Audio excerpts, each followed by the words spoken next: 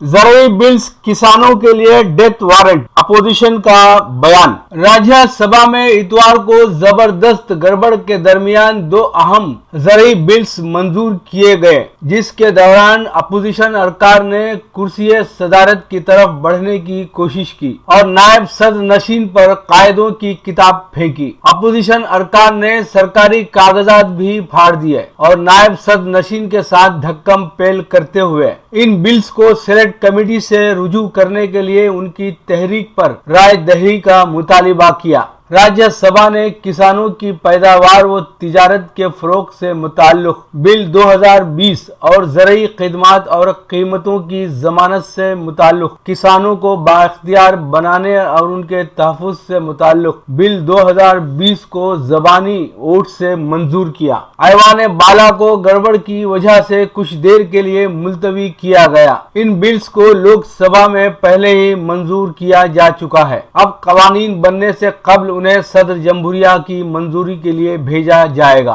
गड़बड़ उस वक्त शुरू हुई जब बिल्स की मंजूरी के लिए ऐवान की कार्रवाई को मुकर्ररा वक्त से ज्यादा तौसी दी गई। अपोजिशन अरकान ऐवान के बीच में पहुंच गए, हुकूमत के खिलाफ नारे लगाते हुए इल्जाम लगाया कि वो किसान दुश्मन है। कांग्रेस की क़यादत में अपोजिशन ने कहा कि वो किसानों के इस डेथ वारंट पर दस्तखत नहीं करेंगे, जबकि हुक्मरान बीजेपी ने इल्जाम लगाया कि ये जमातें ऐवान को गुमराह करने की कोशिश कर रही हैं। किसान तंजीमें और हुक्मरान इत्तेहाद में शामिल जमातें भी इन बिल्स की शदीद मुखालिफत कर रही हैं।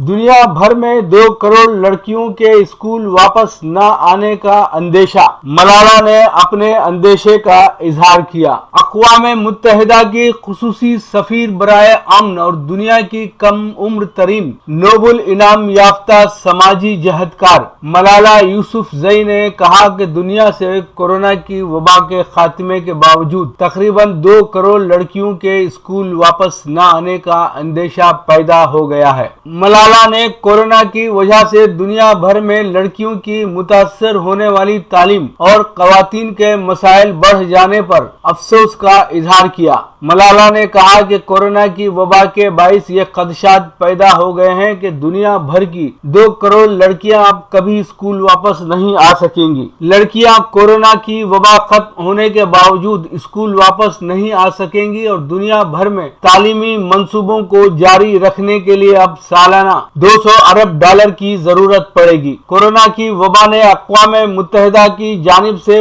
5 साल कबल लड़कियों की तालीम के लिए शुरू किए गए अहदाफ और मंसूबों को धक्का पहुंचाया है। मलाला ने अक़वाम मुत्तहिदा से भी सख्त सवालात किए और कहा कि कब आलमी तंजीम दुनिया भर में 12 साल की उम्र के बच्चों की मुफ्त तालीम के हवाले से काम करेगी, वो कब अमन को तरजीह देगा और कब वो पनाह गजीनों की हिफाजत के लिए सख्त इक़दामात उठाएगा। दुनिया को बेहतर बनाने के लिए हर किसी को वक़ार के साथ मौक़े फराहम करने की बात पर जोर दिया। अमीर मुमालिक पर जोर दिया कि वो तरक्की पजीर मुमालिक की फौरी, दरमियानी और तवीलुल मुद्दती ज़रूरियात को पूरा करने में किरदार अदा करें और अक़वाम मुत्तहिदा की जानिब से गरीब मुमालिक के कर्जों को कम अज़ कम 2021 तक माफ़ किए जाने की मुहिम की हिमायत की। अक़वाम मुत्तहिदा की तरक्की से मुताल्लिक़ गुज़िश्ता 30 साल से जारी इंसानी तरक्की के पायदार मंसूबों का हालिया सूरत हाल की वजह से मुतासिर होने का अंदेशा है।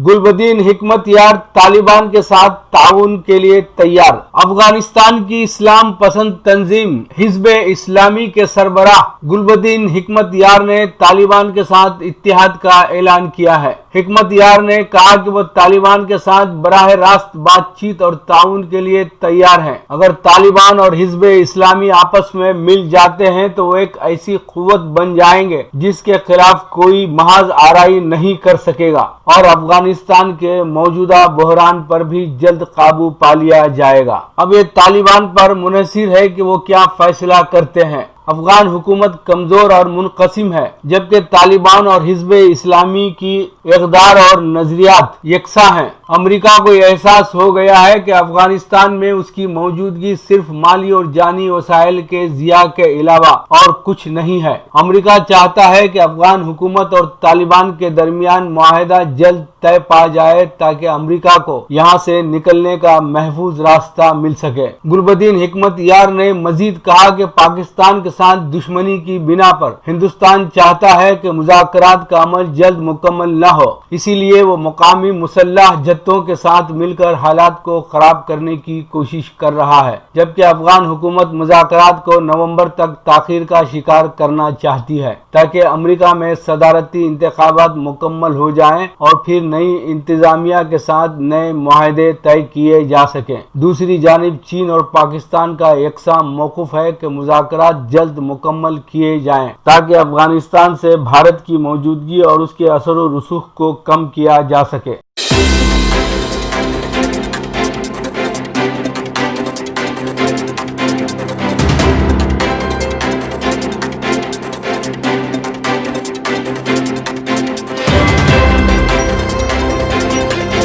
مکتوب ریاض من جانب کے واصف سعودی عرب۔ سوئس بزنس اسکول IMD کے شہریوں سے متعلق کیے گئے سالانہ سروے نے سعودی عرب کے شہر ریاض کو دنیا کے اسمارٹ شہروں کی درجہ بندی میں آگے رکھا ہے۔ سعودی دارالحکومت ریاض 18 درجے ترقی کر کے 109 شہروں میں سے 53ویں نمبر پر آ گیا ہے، جو 2020 کے سروے میں سب سے بڑی بہتری ہے۔ ریاض کی نئی درجہ بندی نے اسے ٹوکیو، روم، پیرس اور بیجنگ جیسے عالمی طور پر تسلیم شدہ شہروں سے بھی آگے کر دیا ہے۔ سروے کے مطابق، جس میں شہر میں دستیاب ٹیکنالوجی اور خدمات کے لحاظ سے رہائشیوں کے اطمینان کی پیمائش کی جاتی ہے، ریاض میں رہنے والے دنیا کے کئی ترقی یافتہ شہروں کی بنسبت اپنے شہر کی پیشکش سے زیادہ مطمئن ہیں۔ رہائشیوں نے ریاض کو خاص طور پر صحت اور حفاظت میں خدمات کی فراہمی کے ساتھ ساتھ سرکاری دستاویزات پر کارروائی کرنے کی آن لائن رسائی پر بھی اعلیٰ درجہ دیا ہے۔ سنگاپور 2020 کے سروے میں پہلے نمبر پر آیا ہے۔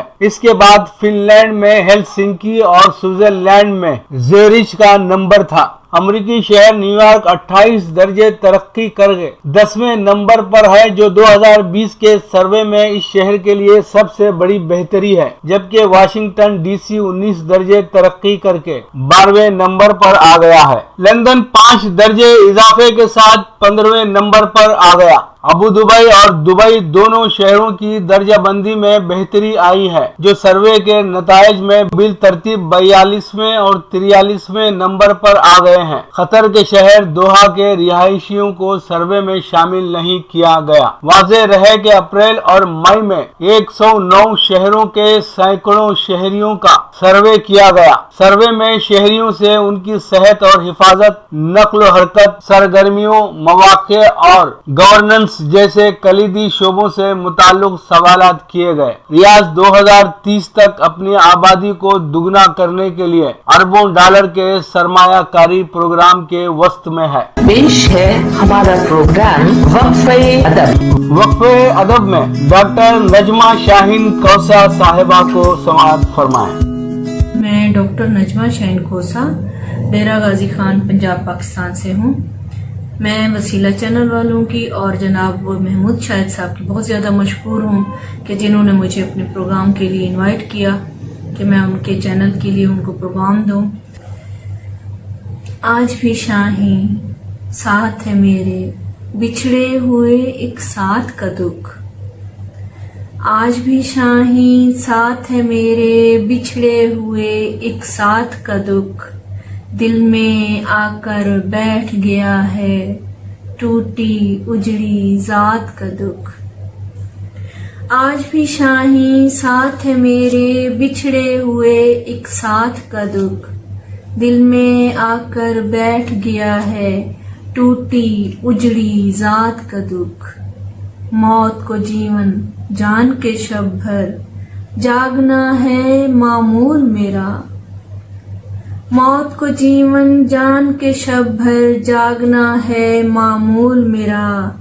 शब भर चुनती रहती हूँ मैं हिज्र में डूबी रात का दुख। खुशियों के पैराहन में मलबूस हैं यूं तो लोग सभी। खुशियों के पैराहन में मलबूस हैं यूं तो लोग सभी। कौन भला कब जान सका हाल का और हालात का दुख।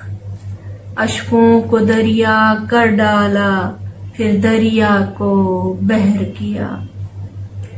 अश्कों को दरिया कर डाला फिर दरिया को बहर किया। इश्क ने आँख को बख्शा है एक हिज्र भरी बरसात का दुख। हाकिम से क्या पूछें हम जो हाल भी है मखलूक का। हाकिम से क्या पूछें हम जो हाल भी है मखलूक का। अब तपता सूरज जान सका तपता सूरज जान सका कब कोहर में लिपटी रात का दुख। जी चाहे उस चारागर को जी चाहे उस चारागर का हाल कभी मैं जान सकूं। जी चाहे उस चारागर का हाल कभी मैं जान सकूं।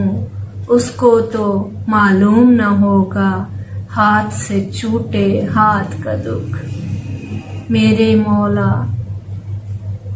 मौला और किसी दुख पर क्या तुझसे शिकवा हो। मेरे मौला और किसी दुख पर क्या तुझसे शिकवा हो।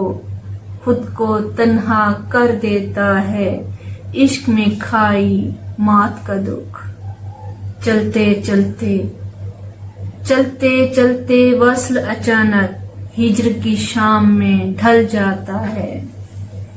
चलते चलते वस्ल अचानक हिज्र की शाम में ढल जाता है। तुम क्या जानो क्या होता है बात से निकली बात का दुख।